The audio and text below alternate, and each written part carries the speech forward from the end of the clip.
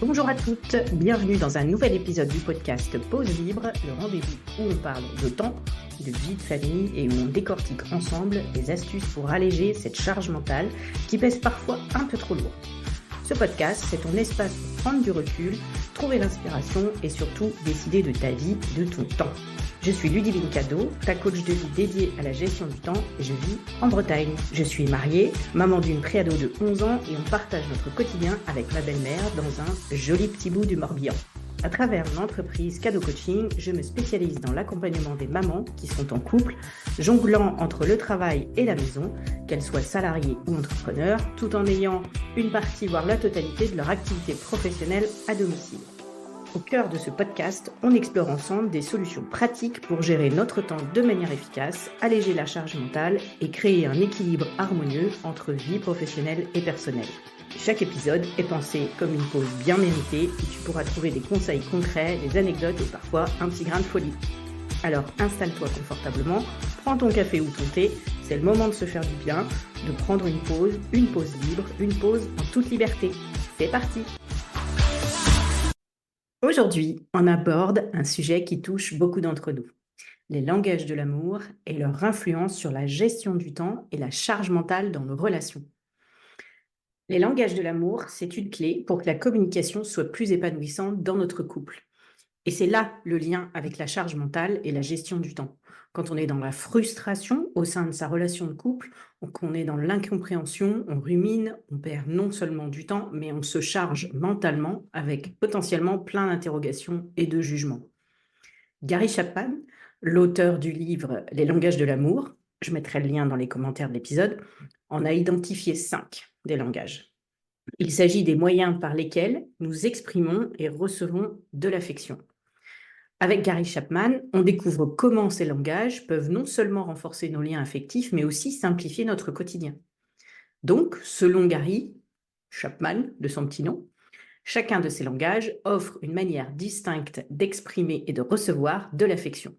À titre personnel, moi je pense vraiment que ça a sauvé mon couple. Mais revenons à nos moutons. Le premier, c'est les paroles valorisantes. Ces mots qui peuvent être très simples, qui résonnent très fort chez certaines, des simples je t'aime aux encouragements sincères, les paroles valorisantes créent des ponts émotionnels puissants. Imaginez comment ces petites expressions peuvent non seulement renforcer la confiance, mais aussi alléger le fardeau mental en renforçant la connexion. Le deuxième langage, c'est les services rendus. Bien souvent, les actions parlent plus fort que les mots. Les services rendus sont des déclarations d'amour concrètes, des gestes qui déchargent le quotidien. Partager les responsabilités ménagères ou prendre en charge une tâche sans être sollicité peuvent être des moyens puissants pour soutenir son partenaire et ainsi créer un équilibre dans la vie quotidienne. Le troisième langage, c'est les cadeaux.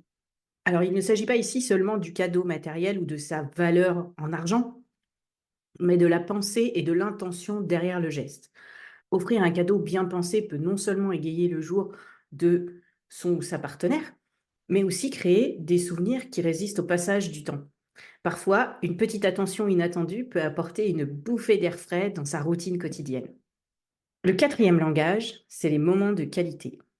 À notre époque, accorder du temps de qualité, c'est un vrai luxe quand même, hein. Mais c'est un investissement essentiel dans une relation épanouissante. Alors, éteignez les écrans, les notifications et consacrez du temps ininterrompu à son ou sa partenaire. Ce n'est pas seulement un moment partagé, mais c'est aussi un moyen de réduire le stress. Et enfin, le dernier langage, c'est le toucher physique. Le contact physique peut créer une connexion profonde et instantanée. Un simple câlin, une étreinte ou même une caresse peuvent exprimer un amour incommensurable. Pas forcément besoin de mots. Alors, dans notre quête de mieux-être, il ne faut pas sous-estimer le pouvoir réconfortant du toucher. Alors, comment sait-on quel est notre langage de l'amour et celui de son partenaire?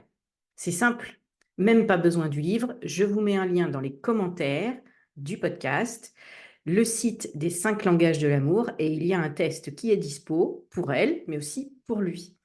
Le livre vous permet d'approfondir quand même la question et vraiment est hyper intéressant. Franchement, c'est un exercice qui peut être sympa à faire à deux. Je vous laisserai essayer. Maintenant qu'on a fait le tour de ce que sont les langages de l'amour, passons à l'action. Comment on peut intégrer ces langages dans notre vie quotidienne? Alors bien sûr, pour ne pas donner des coups d'épée dans l'eau, il est bon de savoir quel est son propre langage, ses langages principaux, mais aussi ceux de son partenaire. Donc découvrez votre langage d'amour prédominant, identifiez comment vous vous sentez aimé et comblé. Est-ce que c'est les paroles valorisantes, les moments de qualité, les cadeaux, les services rendus ou le toucher physique? Ensuite, découvrez le langage de l'amour de votre partenaire. Ça peut être aussi dans les relations amicales ou avec votre famille. Observez comment les autres expriment leur amour envers vous. Est-ce qu'ils privilégient l'un ou l'autre langage? Enfin, il est important de communiquer clairement son langage de l'amour, aussi bien que d'apprendre à reconnaître celui des autres. Donc, il faut exprimer ses besoins et ses préférences à ses proches.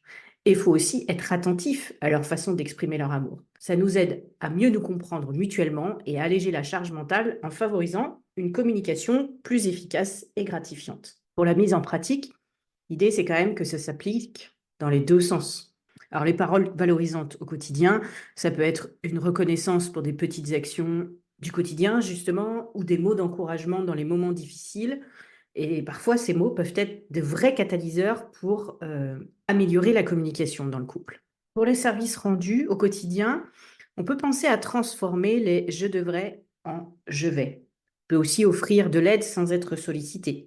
Imaginez comment une répartition équilibrée des responsabilités peut libérer du temps et de l'énergie, contribuant ainsi à alléger la charge mentale.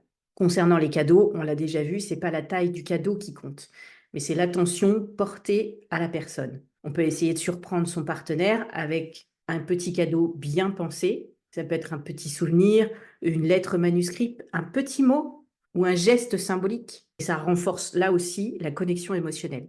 Pour des moments de qualité, il ne faut pas hésiter à bloquer du temps dans son agenda chargé. Alors peut-être à le bloquer avant de mettre autre chose pour vraiment consacrer des moments exclusifs à son couple. Donc on éteint les distractions, on l'a dit, le téléphone, les notifications, les écrans. Et c'est pareil, pas besoin d'aller dépenser forcément beaucoup d'argent. Ça peut être un simple repas à la maison, ça peut être une sortie, une balade tranquille ou simplement un moment de détente ensemble. Et en dernier, c'est le toucher physique. Alors, le toucher physique, c'est un petit peu délicat parce que quand c'est un de ces langages de l'amour et que c'est naturel, je pense que c'est pas un problème du tout de communiquer son amour de cette manière. Si en plus la personne en face est réceptive, tant mieux, allons-y, profitons-en. Quand c'est pas du tout, et je sais qu'il y a des gens je sais qu'il y a des personnes qui ont du mal avec le toucher physique, je pense que c'est un peu plus délicat. Ça se réfléchit pour essayer de trouver comment témoigner son amour à la personne qui est en face, donc pour qui le toucher serait important. Et là, l'importance de la communication, elle est réelle. De pouvoir expliquer que j'entends que c'est quelque chose que tu apprécies, cependant entends aussi que c'est quelque chose avec lequel j'ai beaucoup de mal. Personnellement, moi, mes langages de l'amour principaux sont les paroles valorisantes et ce fameux toucher physique. Pour mon mari, c'est les services rendus. Donc forcément, quand je lui dis des mots doux, je sais aussi maintenant que c'est juste parce que moi, j'ai eu envie de lui témoigner de l'amour, mais je ne m'attends plus à un retour. Pareil, je suis toujours en train de le ploter, mais parce que j'aime bien. Et je sais que lui, ça ne lui fait pas grand-chose. C'est bien en ça que je dis que la connaissance de langage de l'amour a sauvé mon couple.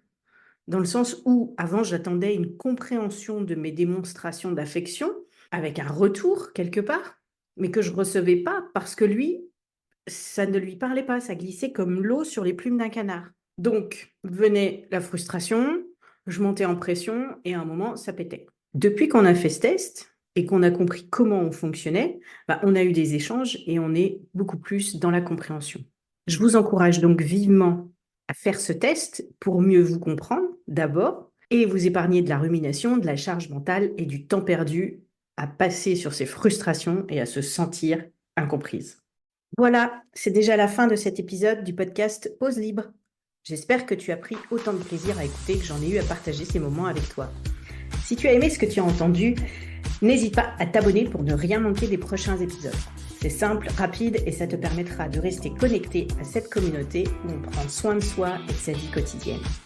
Et bien sûr, si tu as trouvé des pépites d'inspiration dans cet épisode, Partage-les avec tes amis, tes collègues ou toute femme qui pourrait en bénéficier. J'attends aussi tes commentaires avec impatience. Que penses-tu de cet épisode ?